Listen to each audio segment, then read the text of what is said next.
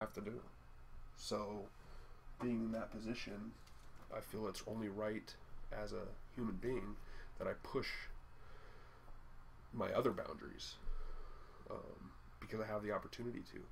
I have the opportunity to be at home and be drawing and learning while somebody's out working 8 hours a day, right? That's like, I should be doing something productive for myself if I'm not productively out there working, and working for somebody else isn't, I'll be honest, is not ideal. And I feel like the world's changing to a pattern to where if you're not working 40 hours a week for somebody else plus doing something on the side, then you're not, it's going to be hard for you to survive if you're just working, low level income stuff. So, like, I know my parents now, they make good money, and while they have more people to um, support, they're they struggle, and they're not prepared for the future. And me doing things to help them is to help for that stuff. Help. Like, I've taken over their bills, and to just like in general take stress off them, and to help them and try to come up with better solutions for them to live by, so they're less stressed. And yeah.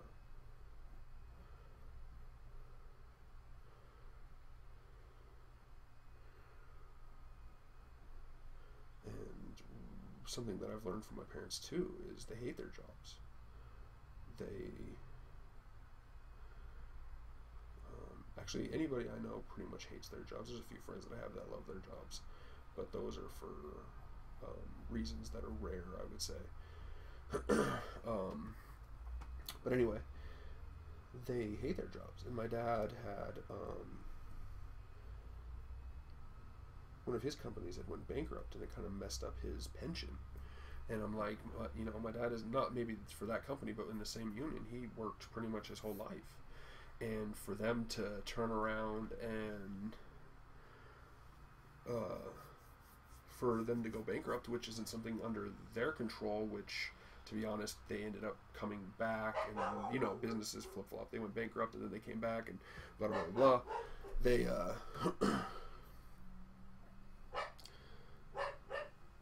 they, his pension got messed up, and so now he's got to keep working and keep working and keep working and keep working. And it was because he put his trust in, right? Like, he's from the generation where it's like, you get a job, you work your whole life, and then you get to retire and you get to enjoy it, right? And then that dream never gets to come, right?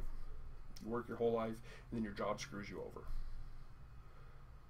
That's a position that I don't want to be in. Like, I don't want to give my life to a company to then turn around and screw me over. That's what led me into kind of getting a business degree. I want to be able to. I don't deny that at some point in time that you should work for other people. I think it's a necessity to work for other people. I've worked for. I worked for three. I've worked for 4, 5. Okay, so 5 companies. 2 of them for long periods of time. One was during high school. And then the other 2 were after high school, but shorter periods of time. And you learn things from those situations. And number one, it shows that you are willing to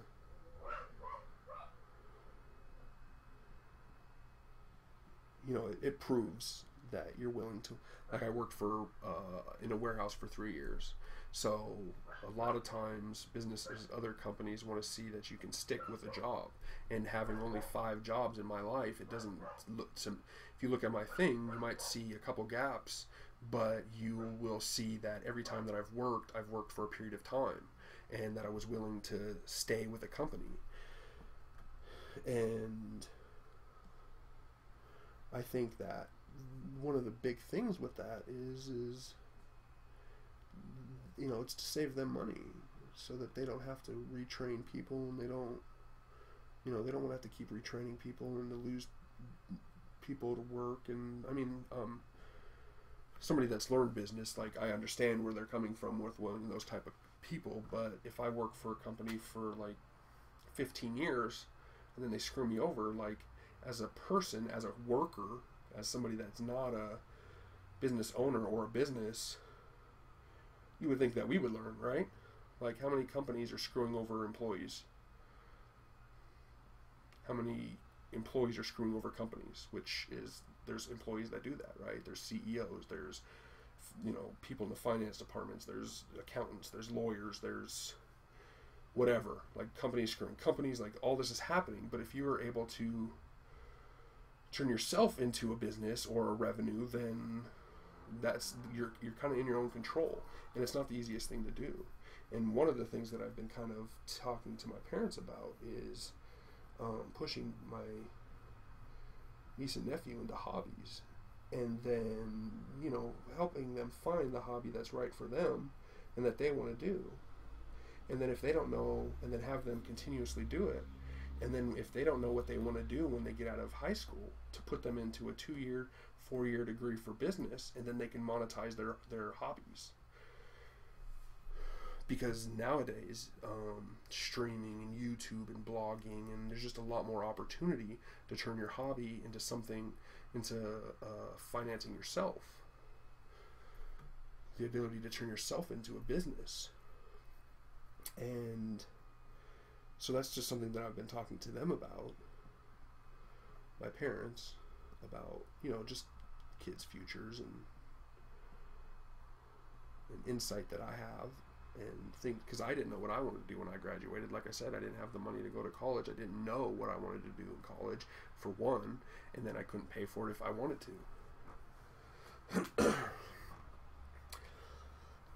So that's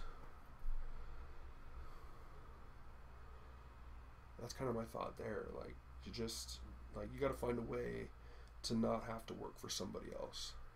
And there are great jobs where you can work for somebody else, and there's jobs that are probably not going to ever go under for a long period of time, and they're not going to, and there's probably a lot of jobs that aren't going to screw you over. But the fact is if you work for yourself, you're betting on yourself. Like, I would bet on myself over a different company any day, just because, like, I know myself. I know that, I know what I can and can't do. And I know that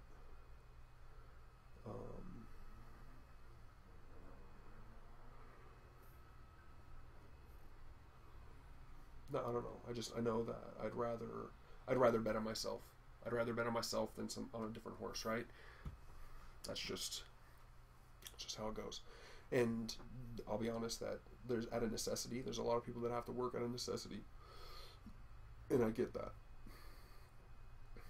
And my advice to them is, any chance that you have, any second, minute, you should sit down and decide, figure out what you can do for yourself to make money.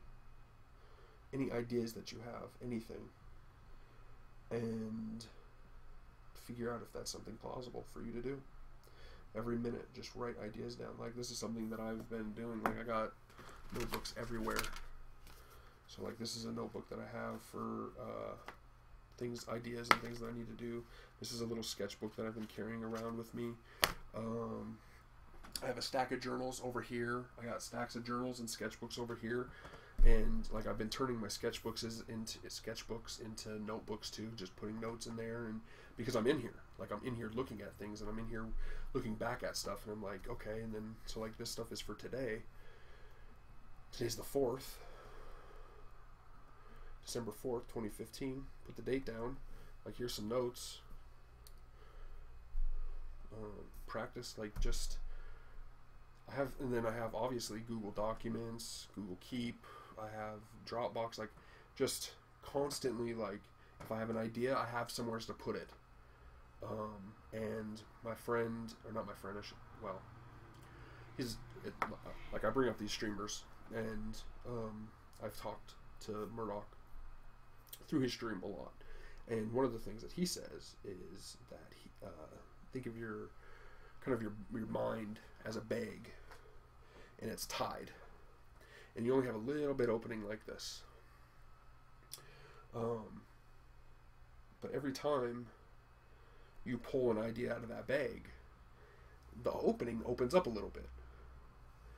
And that way, if you just keep pulling ideas out, that what's going to happen is eventually that opening is going to get big, and you're going to be able to pull out a big idea, and then bigger ideas, and then just these ideas, and you're working your brain. It's basically exercising your brain, pulling out ideas, making them bigger. The more ideas you generate, the more chances are that you have a good idea that can actually do something in the area that you wish to do it. So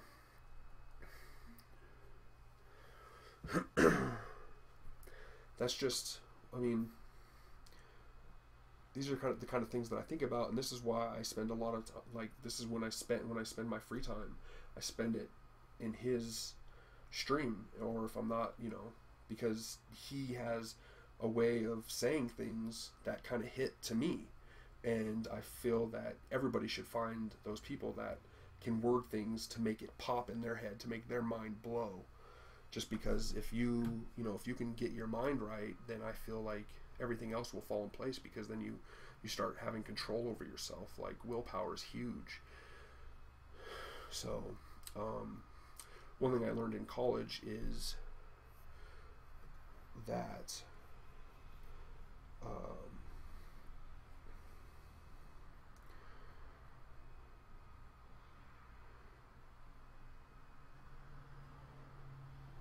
jeez, I lost my train of thought there. Oops, this should come down now. Something that I learned in college. Jeez, I lost my train of thought. Dang it.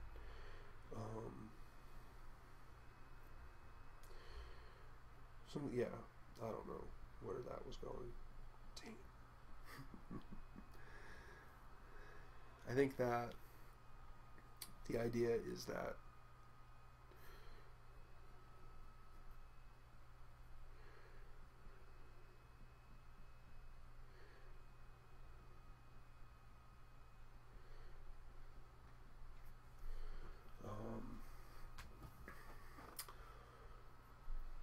just ideas, right? These ideas are yours, and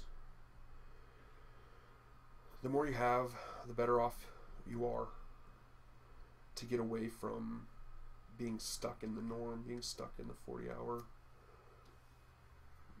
work week, or whatever it is that you don't want to deal with.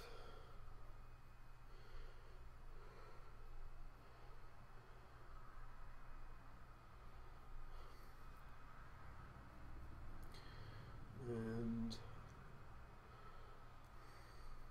I don't know. I think there's a good opportunity for people. I think people don't understand. I think that's something that people don't realize, is that there's opportunities, and they just don't know how to get to them. And I think the first step is controlling yourself, figuring out how to control yourself, and that comes from willpower. And willpower is something that you need to practice as well. I've read that is some ugly hair. I've read that